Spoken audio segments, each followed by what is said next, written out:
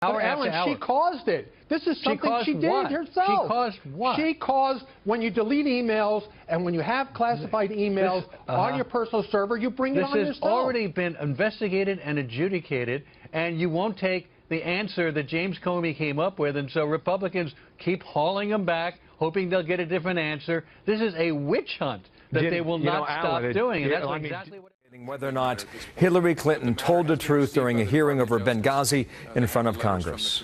And you cannot tell us whether or not you are indeed investigating? I can't. When do you expect that you'll be able to tell us more about this pending matter before the FBI? I don't know, sir. Paul Gambetta with Platte River Networks posted to Reddit asking how to strip out a VIP's, very VIP email address from a bunch of archived email, end quote. He went on, quote, "The issue is that these emails involve the private email address of someone you'd recognize, and we're trying to replace it with a placeholder address as to not expose it," end quote. This clearly demonstrates actions taken to destroy evidence by those operating Secretary Clinton's private server and by her staff. Certainly, Gambetta did not take it upon himself to destroy evidence, but had been instructed to do so by Secretary Clinton or her staff. So my first question to you is, was the FBI aware of this Reddit post prior to offering Mr. Gambetta immunity on May 3, 2016? I'm not sure. I know that our team looked at it. I don't know whether they knew about it before then or not. Isn't this information evidence of obstruction of justice and a violation of Mr. Gambetta's immunity deal? Not necessarily, no. Why not? It depends on what his intention was, why he wanted to do it. And I think our team concluded that what he was trying to do was, when they produced emails, not have the actual address, but have some name or placeholder instead of the actual .com address in the from line. Last week, the American people learned that Cheryl Mills, Secretary Clinton's longtime confidant and former State Department Chief of Staff, and Heather Samuelson, counsel to Secretary Clinton in the State Department, were granted immunity for production of their laptops. Why were they not targets of the FBI's criminal investigation? Well, a target is someone on whom you have sufficient evidence to indict. A subject is someone whose conduct at some point during the investigation falls within the scope of the investigation. So certainly with respect to Ms. Mills, at least initially, because she was an email correspondent, she was a subject of the investigation. Did the FBI find classified information on either of their computers? I think there were some emails still on the computer that were recovered that were classified, is my recollection. Isn't that a crime? Is what a crime, sir? Having classified information on computers that are outside of the server system of the Department of State, unsecured. No, it's certainly something, without knowing more, you couldn't conclude whether it was a crime. You'd have to know what were the circumstances, what was the intention around that, but it's certainly something, it's the reason we conducted a year-long investigation to understand where emails had gone on an unclassified system that contained classified information. And what did you determine with regard to the emails found on her computer? I hope I'm getting this right, and my troops will correct me if I'm wrong, but they were duplicates of emails that had been produced because the emails had been used to sort before a production. Now, both Cheryl Mills and Heather Samuelson were granted immunity for production of these computers, these laptops. Why were they then allowed to sit in on the interview with Secretary Clinton? Right. The Department of Justice reached a letter agreement with the two lawyers to give them what's called act of production immunity, meaning nothing that's found on the laptop they turn over will be used against them directly, and which is a fairly normal tool in investigations. They were, Ms. Mills in particular was a member of the Secretary Clinton's legal team, and so Secretary Clinton decides which of her lawyers come to voluntary interviews with the FBI. Is it usual to allow a witness or potential witness in a subsequent prosecution, had one been undertaken, to be present in the room when the FBI interviews another witness and potential target of an investigation? The FBI has no ability to exclude or include any lawyer that a subject being interviewed chooses to have there. Even if the lawyer is a witness in the case, can you cite any other instance in which a witness to a criminal investigation who has already been interviewed by the FBI has been allowed to accompany and serve as legal counsel to the target of that investigation? I can't from personal experience. It wouldn't surprise me if it happened. The Department of Justice, the FBI has no ability to decide who comes to an interview in a voluntary interview context. If it was a judicial proceeding, a judge could police who could be there, and obviously lawyers are governed by canons of ethics to decide what matters they can be involved in, but it doesn't fall to us to say you can be in, you can't be in. But wouldn't you agree that it is a conflict of interest for them to serve as attorneys for Secretary Clinton in this matter, having been interviewed by the FBI as witnesses? That's a question a lawyer has to answer for him or herself. You're a lawyer, Director Comey.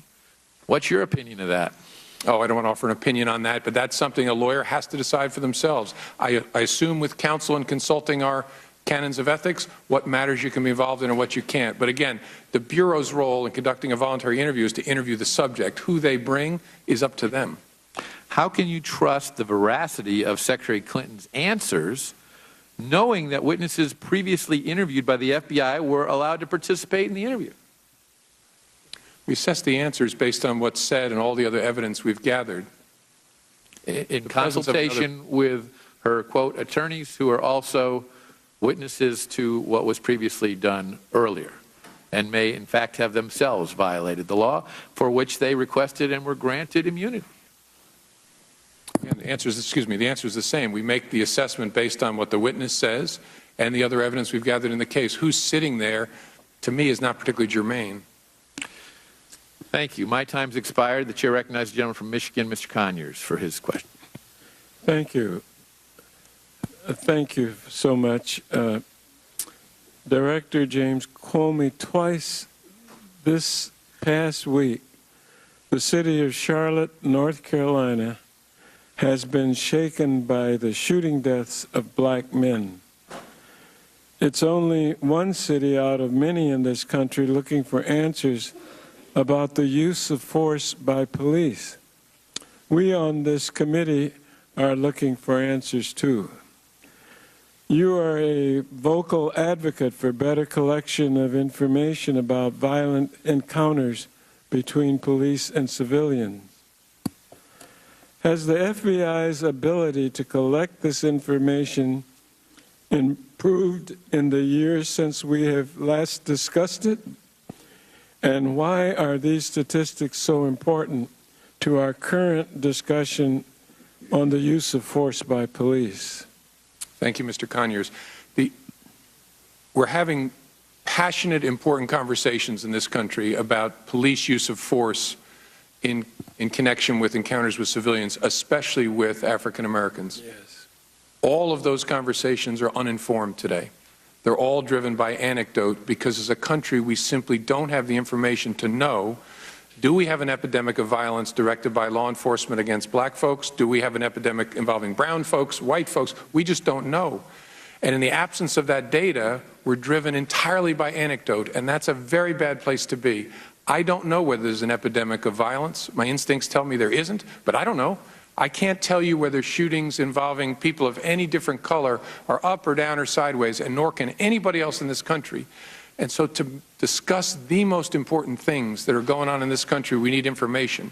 And the government should collect it. I can't think of something that's more inherently governmental than the need to use deadly force in an encounter during law enforcement work.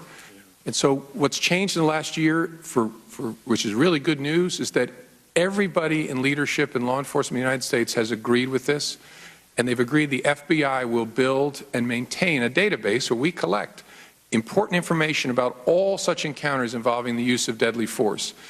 That will allow us to know what's going on in this country so we can have a thoughtful conversation and resist being ruled by individual anecdotes. That's why it matters so much. We're making progress. We will have this done. I'd like to have it done in the next year. Certainly in the next 2 years, this database will be up and running because everybody gets why it matters so much. Thank you. On August 30th, I wrote to you regarding Donald Trump's extensive connections to the Russian government. The letter cites to a number of troubling reports, some that suggest mere conflicts of interest, others that might suggest evidence of a crime. Last Friday, we read a new report suggesting that Mr. Trump's foreign policy advisor has been meeting with high-ranking sanctioned officials in Moscow to discuss lifting economic sanctions if Mr. Donald Trump becomes president. The same report quotes, quote, a senior United States law enforcement official who says that this relationship is being, quote, actively monitored and investigated, end quotation. Is the FBI investigating the activities of Mr. Trump or any advisor to the Trump campaign with respect to any line of communication between the campaign and the Russian government? I can't say, sir. As I said in response to a different question from the chairman, we don't confirm or deny investigations. Well, more generally then, is it lawful for a private... So it was clear from the outset Republicans want to know whether or not the FBI is looking into whether or not Hillary Clinton told the truth during the Benghazi hearing before Congress. It is not clear when or if the FBI will take up such an investigation. When asked whether or not Cheryl Mills was given immunity and whether or not she had classified information on her laptop, the answer was, I believe, yes. Is it a crime? No, the FBI director said, without knowing more. But continue the questions about the veracity of her testimony and why Cheryl Mills was allowed to sit in on the interview with Hillary Clinton. That was clear from the chairman's questioning there a moment ago. He didn't have a real good answer, frankly. He said, have you ever heard of this before? And he said, no, ask a lawyer, on which point he said, well, you're a lawyer. What do you think? I mean, he was pressed repeatedly about, is it inappropriate that she was in there at the same time? And then she came back on her own as a witness, and he deflected the whole thing. Like, what are you talking about? It is a very interesting exchange, very surprising. It may be the headline of the hearing. We'll see whether or not they're able to get further along, and we'll bring you the headlines when we get them from that hearing. Yeah, a lot there so far.